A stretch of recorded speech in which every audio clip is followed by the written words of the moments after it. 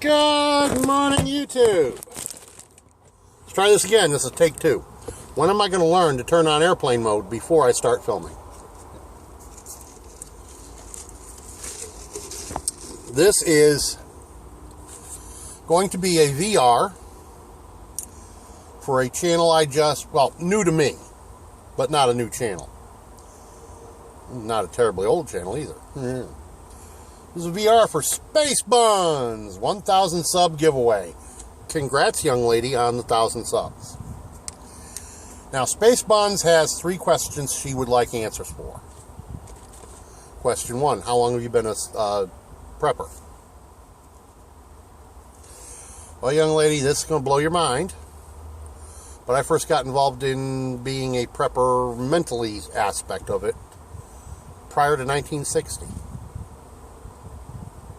Yes, I'm a very old man. And a very dirty old man. Which you will someday maybe come to know. But all kidding aside, prior to 1960, before the term prepper existed, I really kicked it into high gear about the time of the Cuban Missile Crisis. That's when I really started laying back stores and so on. So yeah, bloody long time. Let's see here. Okay, question 2. It's a 3-part question. So actually, this is 5 questions, not 3. Haha. Question 2. 3 primary go-to items. Well, the first item, I'm going to borrow a phrase from a fellow YouTuber. Her channel is called Wilderness Gal. Now, since a long time ago, since I was a kid, I've had a phrase very similar, but I like the way hers rolls off the tongue better. They both basically say the same thing, and I will give you my version afterwards. But, as I say, I like her version better because it rolls off the tongue. Knowledge is the lightest kit you will ever carry. And she's right. Now, the way I've said it since I was a child wasn't exactly the same way, but it was the same concept. Try to learn something new every day. It might save your life, the knowledge you gain. Now, there you go. And she was right. It's the lightest kit you'll ever carry. So my knowledge base, that's my first go-to. And the primary source of my survival if I get caught in the woods. And trust me, my knowledge base is extensive. Number 2, and until June 20th, 2012, this was, I considered, my most important prep tool. It was originally called the Bigfoot. It was later called the Embarado Blade. And then finally, when I got into YouTube, I changed it to the Prepper Embarado, or PE1. It was the first blade I ever smithed myself. As a youngster, I used to visit the horses on the farm next door. And one day when I was doing so, there was a blacksmith farrier there tending to the animals. And I was totally fascinated by what he was doing. I mean, he was actually making the horseshoes on the spot from bar steel. He didn't have them pre-bent, pre-shaped to horseshoe shapes. He made them right there on the spot. And it completely fascinated me how he could make the metal move. Now, I never wanted to be a farrier, but I did try and go hang out with this dude as often as I could to try and learn from him about blacksmithing. And by the time I was in the 7th grade, he allowed me to use his equipment to smith my first knife. Mine, start, finish, forevermore. And he even gave me the materials to work with to make it. He didn't help me design it. He didn't tell me what kind of knife I should make. Nothing. When I was done, he even gave me the materials to make a sheath for it. What I did was I took an old farrier file And I beat that sucker out. It took me almost 2 days, off and on, to bang that sucker into a knife to get it close to where I wanted it. And then with material reduction to finish the job, creating the edge and, that sort of thing. What I had created, like I said, I always called it the Bigfoot until I learned this past weekend from watching, I believe he calls it Southern Life Experience was his channel name. Something like that. He's subbed to me. You can check my channels and you'll find him there. He posted a video and then about a knife that he had just acquired. He had commissioned it made. And then he had links to a video, 2-part video, about that very knife and or the original that it was a replica of. And this is when I learned that the knife I had created when I was a 7th grade student, but not in school, that I'd always called the Bigfoot and then the Emperado and then the Prepper Emperado, was actually a replica of the most famous American knife in history. But not what is called the classic of the same blade. The classic is a reproduction in somebody else's eyes and mind what it should have looked like, not what the actual original famous blade looked like. The blade in question, and I'm sure y'all have already caught on to this, the most famous blade in American history, the Jim Bowie sandbar fight knife. Now, there were 2 differences between my version and what Jim Bowie actually carried.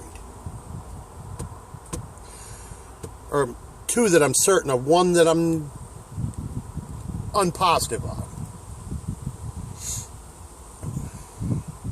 The original Jim Bowie knife was made from a farrier file, had a 9 1/4 inch long, 1/4 inch thick, I'm not sure, was an inch and a half wide blade.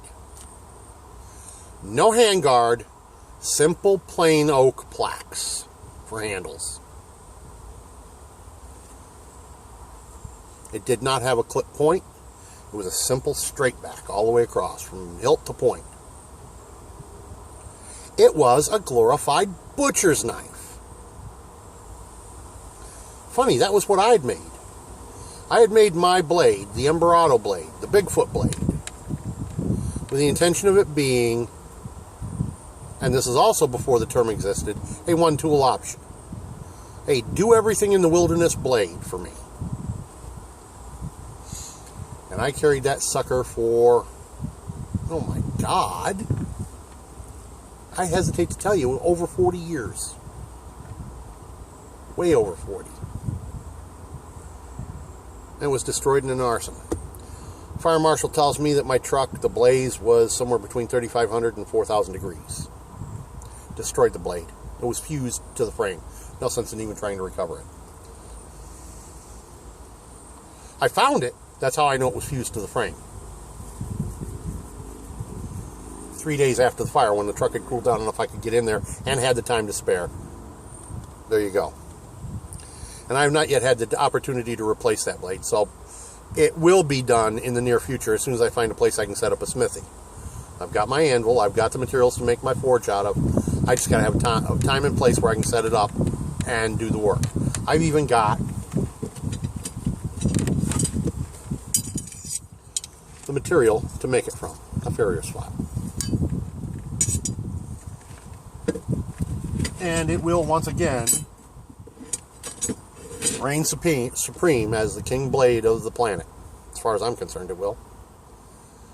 That would be my number 2 important prep. Number 3. this is going to require that I pick you up and turn you around, so hang on a second. I've showed these before. That is my idea of the third most important thing a prepper could have. 1 quart stainless steel bucket. There are 3 of them there. You can see this one has seen service in a fire for cooking food, for purifying water. Now, every pot's got to have a lid. These buckets I got at a tag sale. 3 of them for 50 cents. Not each, all 3 combined. They came with those knobs, 2 of them on each side of the bucket. I took them off knowing that they would be useless trying to lift this bucket up out of the fire this way with those little knobs. Yep, it would be useless. So I replaced the knobs with bail handles. I put the knobs away in an old pill bottle until I got a hold of these right here. $1 each, silver salvers from the dollar store. I believe in this case it was the Dollar Tree. See how this one's been marked? I was preparing to turn that one into another lid for one of the 3 until my daughter damaged it, bent it. Yeah, there's a lot of extra material there, that's right. In both of the other cases, and I was planning for in this one, was to turn that extra material into a lid for a canteen cup. $1 each. I get 6 lids out of the 3 of them. That's 50 cents a piece. And the price of these, that means 1 lid and 1 bucket, 88 cents. That's a heck of a lot cheaper than a Pathfinder canteen. And it'll do all the same things, except this bucket does not have a screw-on lid. Well, by gum, that bottle does. My Nalgene bottles, and I've got 6 of them, all have screw-on lids. There's a way to transport water. Or how about my 3-liter Camelback? All I got to do is have the stainless to purify the water in and to cook my food in. They're not meant to carry water more than from the creek to the fire. That's it. I go down, dip the bucket, bring it up, hang it over the fire. That's the whole point of that. Yes, you'll learn in time about me. I am a DIY person. Why should I pay somebody else $100 to make something I can make myself for pennies on the dollar? Okay? So that's number 3 most important prep. And your last question. Most important prep skill since becoming a prepper. Well, most everything that I know was about prepping was learned prior to becoming a prepper. So I think what I would say is the most important prep skill that was vastly improved upon after becoming a prepper, though I prefer the term survivalist, whatever, to each their own, would be identification of wild edibles.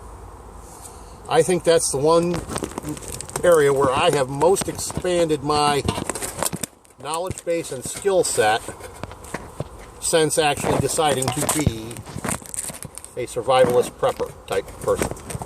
Yeah. I believe that's the one place where I've improved the most since that decision was made. I've added a lot of kit, lost a lot of kit due to the fire, re-added the same kit that was lost to the fire, but I really believe the most important thing, the most important skill set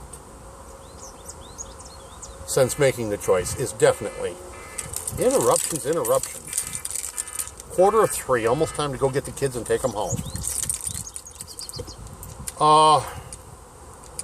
There's got to be wild edibles identification as far as the plant matter goes.